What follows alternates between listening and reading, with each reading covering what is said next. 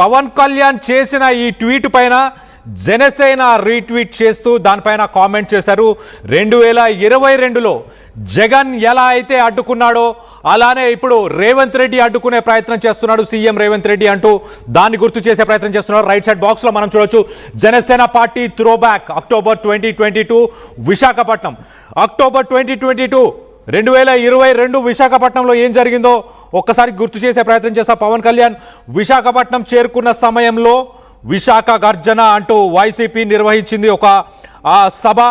ఆ సభ ముగిసిన తర్వాత మంత్రుల కాన్వే ఏదైతే వెళ్తుందో ఆ దారి గుండా ఆ మంత్రుల కాన్వే పైన అప్పుడు జన సైనికులే దాడి చేశారంటూ పోలీసులు కేసులు నమోదు చేశారు. అలాగే ఆయనకు నోటీసులు కూడా జారీ చేశారు. నగరంలో సెక్షన్ 30 అమల్లో ఉందని పేర్కొన్నారు.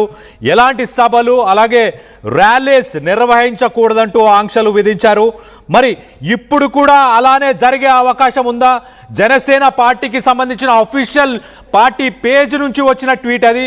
అంటే దేనికైనా సిద్ధంగా ఉన్నాము, అలాంటి దాడికైనా సిద్ధంగా ఉన్నాము అంటూ జనసేన కార్యకర్తలు జనసేన నాయకులు చెప్పగానే చెప్తున్నారా?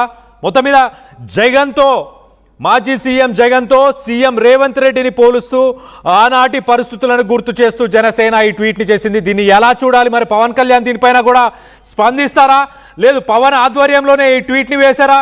వీటన్నిటికీ సంబంధించి డీటెయిల్గా మాట్లాడుకునే ప్రయత్నం చేద్దాం, మరింత అప్డేట్ తీసుకునే ప్రయత్నం చేద్దాం. ఇటు మా ప్రతినిధి సురేష్ అందుబాటులో ఉన్నారు. సురేష్తో మాట్లాడి తెలుసుకునే ప్రయత్నం చేద్దాం. ఒకసారి కృష్ణమోహన్ మా ఏపీ ఇన్పుట్ ఎడిటర్ కృష్ణమోహన్ని ఒకసారి కృష్ణమోహన్తో మాట్లాడి తెలుసుకునే ప్రయత్నం చేద్దాం. కృష్ణమోహన్ చెప్పండి, సెన్సేషనల్ ట్వీట్ అని చెప్పొచ్చు. 2022లో జరిగిన పరిస్థితులను గుర్తు చేస్తున్నారు జనసేన పార్టీ ఆఫీషియల్ హ్యాండిల్ నుంచి.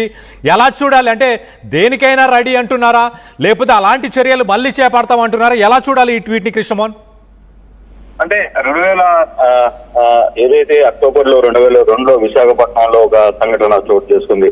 చంద్రబాబును కలవడానికి అక్కడి నుంచి రానప్పుడు వెంటనే ఆయన అడ్డుకునే ప్రయత్నం చేశారు. ఆయన్ని హోటల్లో బలవంతంగా తీసుకెళ్లారు. అయితే హోటల్ దగ్గరికి వెళ్ళిన తర్వాత ఆ జనసేన కార్యకర్తలు పెద్ద ఎత్తున హోటల్ ప్రాంతానికి రావడం, అక్కడ ఆయనకి సంఘీభావం తెలపడం, చివరికి ఆయన్ని అక్కడి నుంచి పోలీసులు తర్వాత 2 రోజుల పాటు ఆయన అక్కడే ఉన్నారు. పూర్తిగా పబ్లిక్ కూడా ఆయన కోసం దాదాపుగా 48 గంటలు ఆయన హోటల్లో ఉన్న ప్రాంతంలోనే ఉండే ప్రయత్నం చేసింది. అంటే ఆయన ఒక చిన్న సింబాలిక్ ఒక విషయం చెప్పబోతున్నాడు.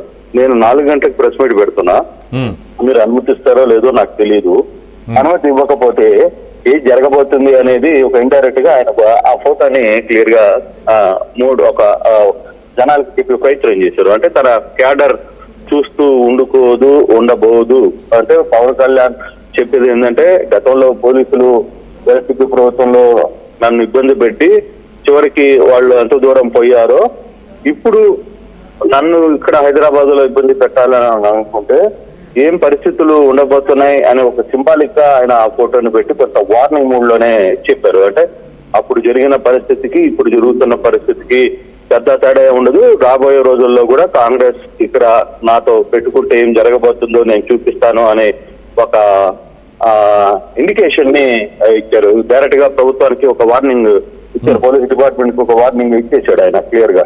నేను అనుకుంటే ఏం జరగబోతుంది, రేపు ఎటువంటి పరిస్థితులు ఉంటాయో చూడండి. ఈ రోజు అనుమతించకపోతే గతంలో కూడా నన్ను నిర్బంధించితే అక్కడ ప్రభుత్వమే కూలిపోయింది, ఇక్కడ నన్ను నిర్బంధించే ప్రయత్నం చేస్తే ఏం జరగబోతుందో సేమ్ రిపీట్ అవుతుంది అనే ఒక సింబాలిక్ గానే ఆయన ఆ ఫోటోని ట్వీట్ చేస్తున్న పరిస్థితి అయితే అఫీషియల్ హ్యాండిల్స్ లోనే వచ్చింది. అంటే దాని అర్థం ఇండైరెక్ట్ గా ఒక ఇండికేషన్ పవన్ కళ్యాణ్ చెప్పబోతున్నారు. పవన్ కళ్యాణ్ ఈ వ్యవహారంలో కొంచెం సీరియస్ గానే తీసుకున్నట్టుగా కనబడుతుంది. ఓకే, నన్ను సభ పెట్టుకుంటానంటే సభ పెట్టుకునే లేదు, అమరవీరుల దగ్గరికి వస్తానంటే దానికి పర్మిషన్ లేదు, కనీసం 4 గంటలకి ప్రెస్ మీట్ పెడతారో మీరు పర్మిషన్ ఇస్తారా లేదా అనేది మీ ఇష్టం అని ముందు ట్వీట్ చేశారు.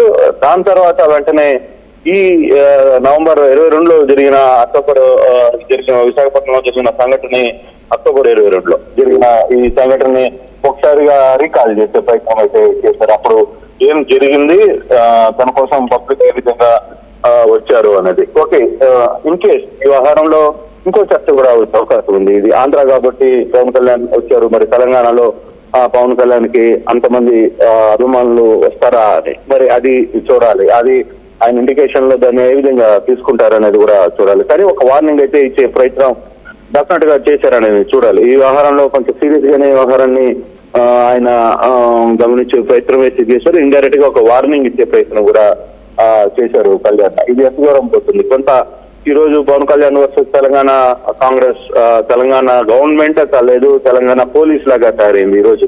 దీన్ని ఎంత సీరియస్ గా తీసుకోబోతున్నాడు, ఏ విధంగా నడవబోతుంది అనేది మరికొన్ని గంటల్లో ఏం తేలబోతుంది అనేది కూడా చూడాలి.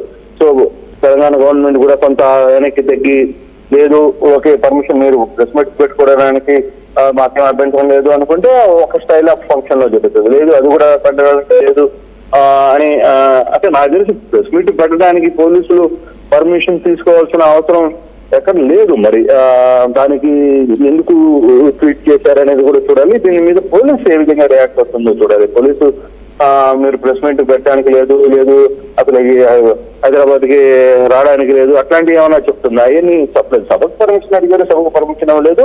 మరోవైపు జనసేన టీం కూడా సభ జరుపుకునే దానికి కోర్టుకు కూడా అప్పుడే పోతామన్నారు. కానీ సమయం జరిగిపోయింది కాబట్టి బహుశా ఈ రోజు కాకపోయినా రేపు ఏమైనా పర్మిషన్ ఇస్తే రేపు దానికి వాళ్ళు తీసుకుంటారా లేదా అనేది కూడా చూడాలి. కాకపోతే ఇప్పుడు ప్రెస్ మీట్ వ్యవహారంలో పవన్ కళ్యాణ్ ఈ రోజు నేను మాట్లాడబోతున్నాను అని చెప్తున్న వ్యవహారంలో ఎంతవరకు ముందుకి వెళ్తారు, ఆయన ప్రెస్ మీట్ జరుగుతుందా లేదా, ఒకవేళ పోలీసులు జరగడానికి లేదు అని ఏమైనా ఆంక్షలు విధిస్తారా అనేది చూడాలి. జరగకపోతే ఏం జరగబోతుందో కూడా పవన్ కళ్యాణ్ విశాఖపట్నంలో జరిగిన ఇష్యూని ఆయన ఒకసారి మెన్షన్ చేశారు, ఏం జరగబోతుందో చూసుకోండి అని కూడా. సో కాబట్టి కొంత దీన్ని ఏం జరుగుతుంది, కొంత ఓవరాల్ గా కాంగ్రెస్ అంటే నేను తెలంగాణ ప్రభుత్వం తరఫున లేదు పవన్ కళ్యాణ్ ఈ రెండింటి మధ్య ఏం జరగబోతుంది అనేది చూడాల్సిన పరిస్థితి కనబడుతుంది.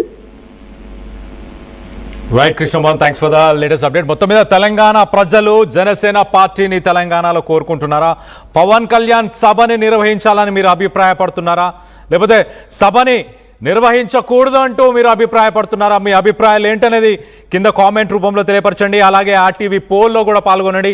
కింద స్క్రాల్ అవుతున్న నంబర్స్కి కాల్ చేసి కూడా మీ అభిప్రాయాలను మాతో పంచుకోవచ్చు. పవన్ కళ్యాణ్ ఈ విషయంలో చాలా